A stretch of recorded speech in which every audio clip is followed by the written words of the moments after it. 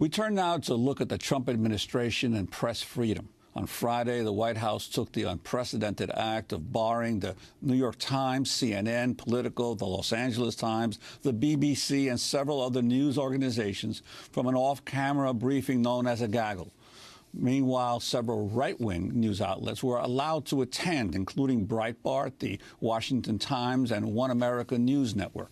New York Times editor Dean Baquet said, quote, "Nothing like this has ever happened at the White House in our long history of covering multiple administrations of different parties." Washington Post editor Marty Baron described the White House's decision as appalling, saying the Trump administration is on, quote, an undemocratic path. Interestingly, even White House Press Secretary Sean Spicer spoke out against banning news outlets from press briefings. Well, that was 2 months ago. In December, Spicer said, quote, "We have a respect for the press when it comes to the government. That is something you can't ban an entity from. I think that's what makes democracy a democracy versus a dictatorship," Spicer said in December. Just hours before the New York Times and other outlets were barred from attending the briefing, President Trump spoke at CPAC, that's the Conservative Political Action Conference. I want you all to know that we are fighting the fake news. It's fake, phony, fake.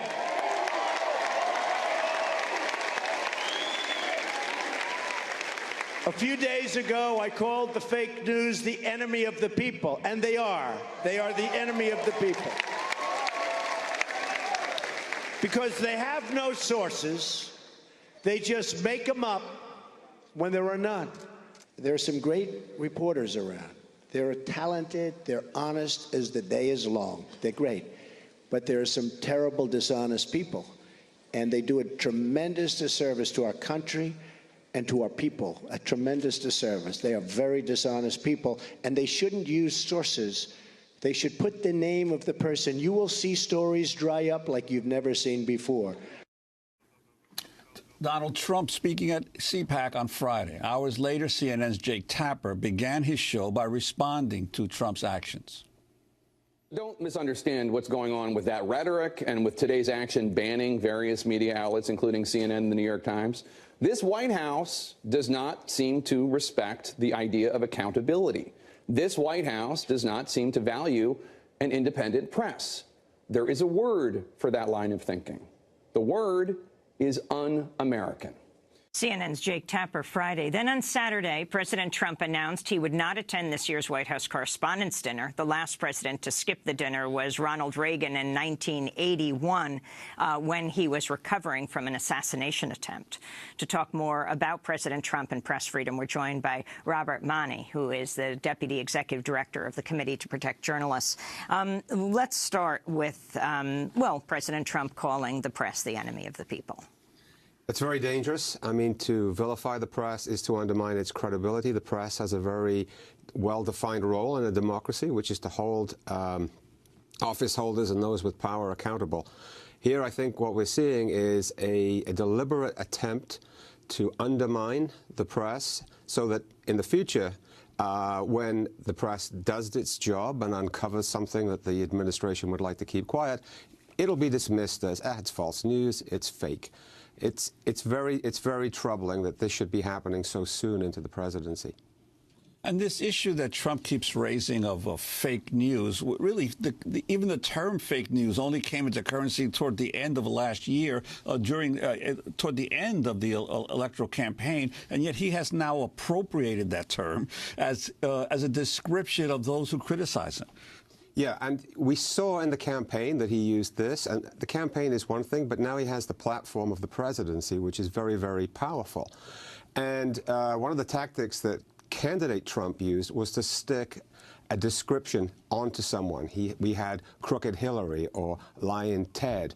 Now we've got fake news. So and the failing New York Times. And the failing New York Times. So, you know, for his supporters and for many people, this will stick.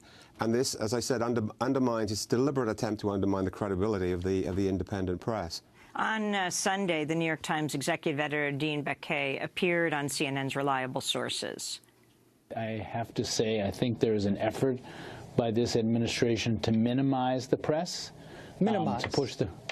Yeah, I think that their goal, it's just is to make it so there are a handful of independent institutions whose job it is, and we're among them, to critique the president, to hold the president accountable. The judiciary is in the same batch. And I think if you look at the pattern of the president's tweets, they're actually designed to minimize the institutions who are charged with holding him accountable. And I think that's dangerous. Your response, Robert?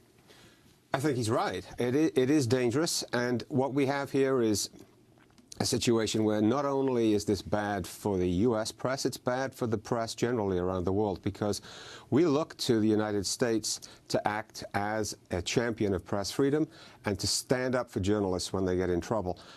If the administration is now dismissing journalists and undermining the value of their work, that's bad news for all those journalists who are physically assaulted elsewhere around the world, not just American journalists now who are being verbally assaulted. Well, I wanted to ask you, other presidents have had contentious relationships with the press in the past. Richard Nixon, obviously. Bill Clinton, during the Monica Lewinsky scandal, had his difficulties. What do you see that is qualitatively different, if any, about this particular period of conflict now that we've had with Trump? Well, we're just 4 weeks into the presidency, and already we're having this conversation. There's a big difference. It took a while for Nixon and the press to really get into a situation where they hated one another. We have... It's more extreme, I would say, at this point. And Nixon, other presidents, they hold power. It's natural and it's actually healthy that there is a certain tension between reporters and politicians. If there isn't that tension, then that means that the press isn't doing its job. But this is worse than that. We saw the vilification of the press from a public platform on Friday, and then a few hours later came the barring of these news organizations from a briefing. The way that looks is as if the press is being punished if it's critical and independent. Let's go to Trump's chief strategist, Steve Bannon, who also attacked the media during his appearance the day before Trump spoke at CPAC, the Conservative Political Action Conference. If you look at, the opposition party and how they portrayed the campaign, how they portrayed the transition, and now they're portraying the administration, it's always wrong. The mainstream media or opposition party never caught is that if you want to see the Trump agenda, it's very simple. It was all in the speeches. They're corporatist, globalist media that are adamantly opposed to an economic nationalist agenda like Donald Trump has. So that is Steve Bannon, chief strategist, also former head of Breitbart, which was allowed into the gaggle on Friday. Yeah. I mean, it's all laid out for you that it's painting the media as the opposition. The media is not the opposition. The press is the fourth estate. It has a very clear role to play in any democracy. By calling it the opposition, again, you are inoculating yourself, I believe, against future criticism. For when things start to go wrong and the press is digging and doing its job, you will be able to dismiss it as biased and politically, affiliated. This sends a very, very dangerous message, and journalists are right to stand up to this at this point and say, we won't accept this. We are not the opposition. We're doing our jobs. Well, I can see for these threats of course, Bannon said it's going to get worse. It's not even in the future. But this issue of, for instance, excluding some members of the press from what's essentially a small briefing. Clearly, you're making choices all the time, and groups like the New York Times and CNN and Political are used to being considered the first ones to be given these briefings. Is there the same kind of criticism about the exclusion from the gaggle that you would have about these threats to the press directly? Whether that is repeated or not, I don't know. But you take that, it's sending a message. These were critical outlets. They weren't selected at random, it seemed, and it happened straight after the CPAC criticism. Journalists, not every journalist can get into a briefing. It was a pool. It's a very practical way of sharing information. But everyone that's involved in covering the White House said this was unprecedented. So I believe that it had a purpose beyond just that Sean Spicer didn't have enough room in his office. I mean, what's interesting about the gaggle, it's off the record. President Trump attacked reporters for using off-the-record sources, saying they should stop doing this. And yet the gaggle required things to be off the record. And that's a criticism of the gaggle, that the White House would often use it over the years to put out perhaps a lie, and then you can't attribute it to anyone. Then you've got the White House Correspondents' Dinner. The press has made an enormous deal out of that. There are a number of journalists who have not gone to it for years because it demonstrates the extremely cozy relationship, Democracy Now! Hasn't gone, between journalists, politicians. They'll often invite politicians as guests or A-list celebrities. But now it's President Trump who won't go, and this is the first time since the attempted assassination of Reagan, when I believe he called in, but he couldn't actually get there. Mm-hmm. Yeah, I mean, look, you can criticize the relationship between journalists and those in power as being cozy, and Democracy Now! Doesn't go to this dinner, neither does the New York Times for that reason. And as I was saying earlier, it's natural that there is some kind of tension between the press and those in power. But now, Trump could have gone to this if he'd wanted to reach out to the press, but he doesn't. So the lines are clearly drawn. This is going to be a very contentious and conflictual kind of relationship. We'll see if Alec Baldwin will show up in his stead playing Mr. Trump. Robert Mani, we want to thank you for being with us, Deputy Executive Director of the Committee to Protect Journalists. When we come back,